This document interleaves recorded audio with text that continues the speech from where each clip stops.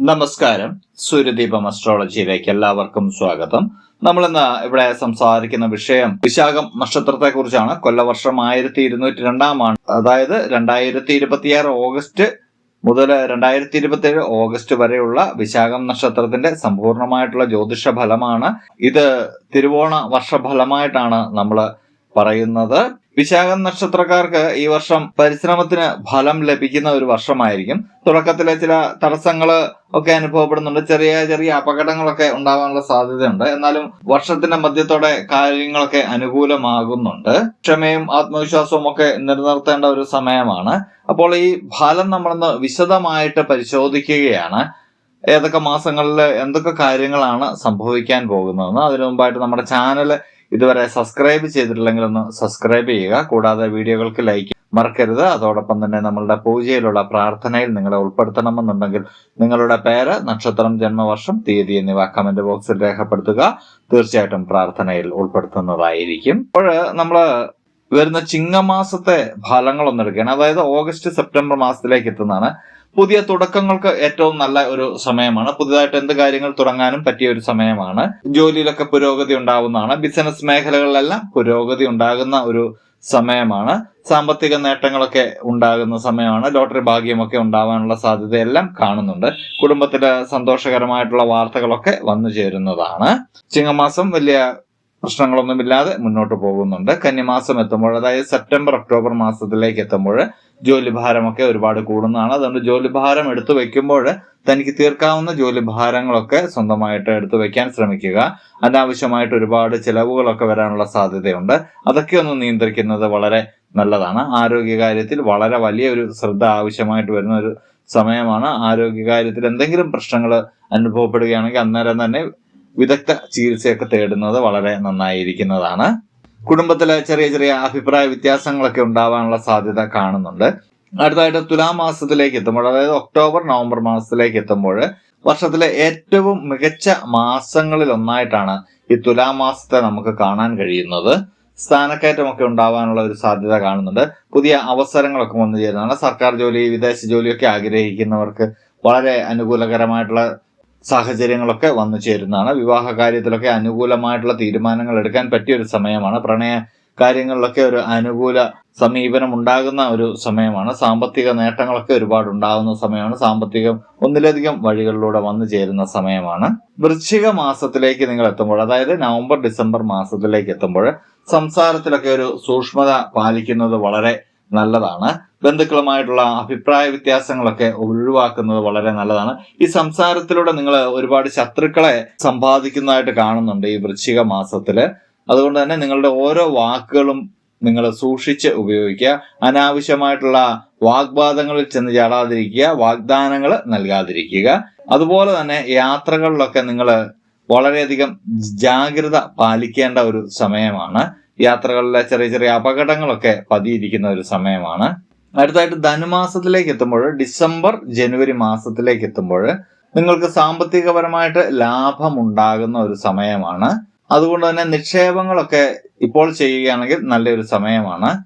വിദ്യാർത്ഥികളെ സംബന്ധിച്ച് വളരെ നേട്ടമുള്ള ഒരു സമയമാണ്. പരീക്ഷാദി കാര്യങ്ങളിലൊക്കെ വിജയം ഉണ്ടാകുന്ന സമയമാണ്. വിദ്യാർത്ഥികൾ ഈ സമയത്ത് പുതിയ പുതിയ കോഴ്സുകളൊക്കെ ചേരുന്നത് വളരെ നല്ലതാണ്. അത് മംഗളകരമായിട്ട് പൂർത്തിയാക്കാൻ സാധിക്കുന്നതാണ്. അതുപോലെ തന്നെ കുടുംബത്തില് മംഗളകർമ്മങ്ങളൊക്കെ നടക്കാൻ സാധ്യതയുണ്ട്. വിവാഹമൊക്കെ നടക്കാൻ സാധ്യതയുണ്ട്. അതുപോലെ തന്നെ ഭവനയോഗമൊക്കെ ഈ സമയത്ത് കാണുന്നുണ്ട്. അടുത്തായിട്ട് മകരമാസത്തിലേക്ക് എത്തുമ്പോൾ, ജനുവരി ഫെബ്രുവരി മാസത്തിലേക്ക് എത്തുമ്പോൾ മുടങ്ങിക്കിടന്ന കാര്യങ്ങളൊക്കെ പൂർത്തിയാക്കാൻ കഴിയുന്ന ഒരു സാഹചര്യം നിങ്ങൾക്ക് വന്നു ചേരുന്നതാണ്. സാമ്പത്തികമായിട്ട് ഉന്നതിയൊക്കെ ഉണ്ടാകുന്നതാണ്.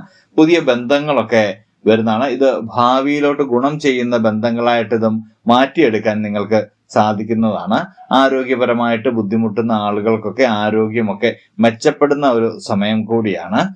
അടുത്തായിട്ട് നമ്മൾ കുംഭമാസത്തിലേക്ക് പോകണം. കുംഭമാസം എന്ന് പറയുമ്പോൾ ഫെബ്രുവരി മാർച്ച് മാസത്തിലെ സമയമാണ്.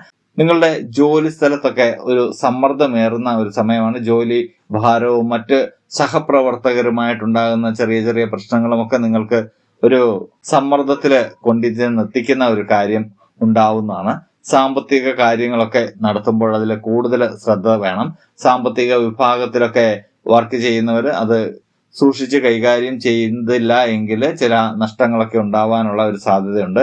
അതുപോലെ തന്നെ വാഹനമൊക്കെ സ്വന്തമായിട്ട് ഓടിച്ചു പോകുമ്പോഴൊക്കെ ഒന്ന് ശ്രദ്ധിക്കേണ്ട സമയമാണ്. വളരെ ജാഗ്രത പാലിച്ച് മുന്നോട്ട് പോകേണ്ട ഒരു സമയമാണ് കുംഭമാസം എന്ന് പറയുന്നത്.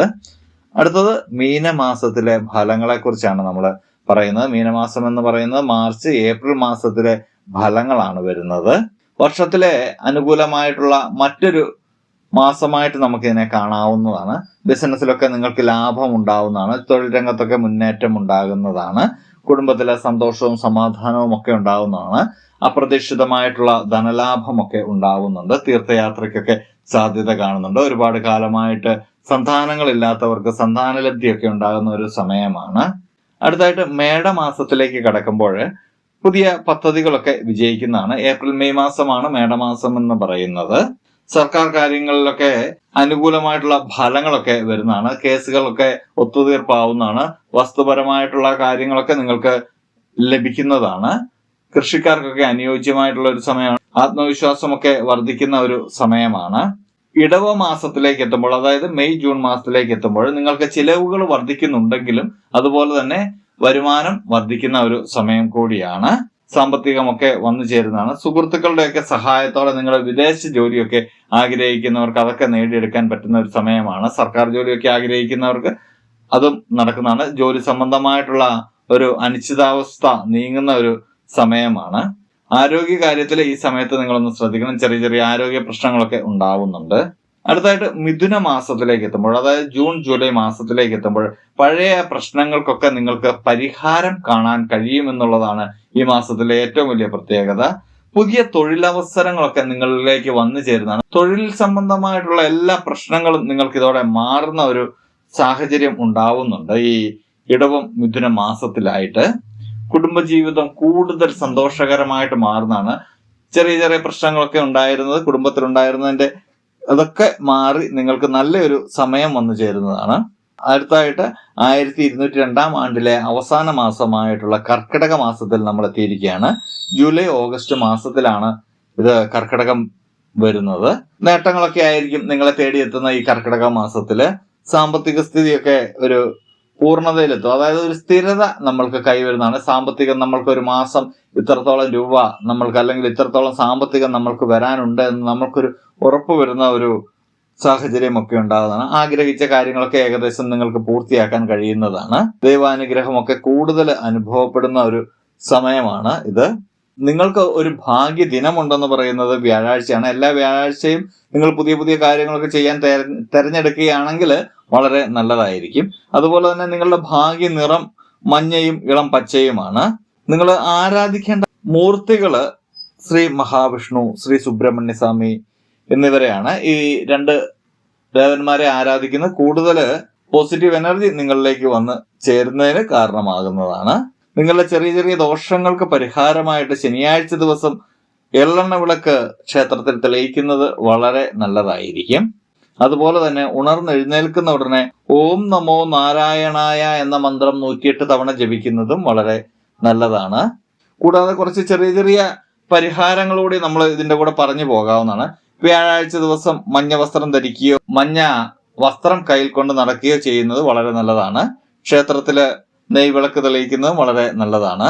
അതുപോലെ തന്നെ വിദ്യാഭ്യാസ വിജയത്തിനായിട്ട് വിദ്യാർത്ഥികൾ ചെയ്യേണ്ടത് ഓം ബൃഹസ്പതയെ നമ എന്ന മന്ത്രം നിങ്ങൾ 9 തവണ ദിവസവും ജപിക്കുക എന്നുള്ളതാണ്. നിങ്ങളുടെ ഭാഗ്യസംഖ്യ 3, 6, 9 എന്നിവയാണ്. അപ്പോൾ ഇത്രയും കാര്യങ്ങളൊക്കെ നിങ്ങളൊന്ന് മനസ്സിലാക്കിയിരിക്കുക. ഇത് വിശാഖം നക്ഷത്രക്കാരുടെ പൊതുവായിട്ടുള്ള ഒരു ഫലമാണ്. ഇത് സ്ത്രീ പുരുഷ ഭേദമന്യുള്ള ഫലമാണ്. ഇത് നിങ്ങളുടെ ജന്മസമയം അനുസരിച്ച് ഇതിൽ ഏറ്റക്കുറച്ചിലുകളൊക്കെ ഉണ്ടാവാവുന്നതാണ്. എന്നിരുന്നാലും ഒരു രീതിയിൽ അല്ലെങ്കിൽ മറ്റൊരു രീതിയിൽ ഇത് നിങ്ങൾക്ക് വന്ന് ഭവിക്കുന്നതാണ്. അപ്പോൾ ഇതുപോലെയുള്ള അറിവുകൾക്കും വിശേഷങ്ങൾക്കുമായിട്ട് നമ്മുടെ ചാനൽ ഒന്ന് സബ്സ്ക്രൈബ് ചെയ്യുക. ഇനിയും മറ്റൊരു വീഡിയോയുമായിട്ട് നമുക്ക് വീണ്ടും കാണാം. നന്ദി, നമസ്കാരം.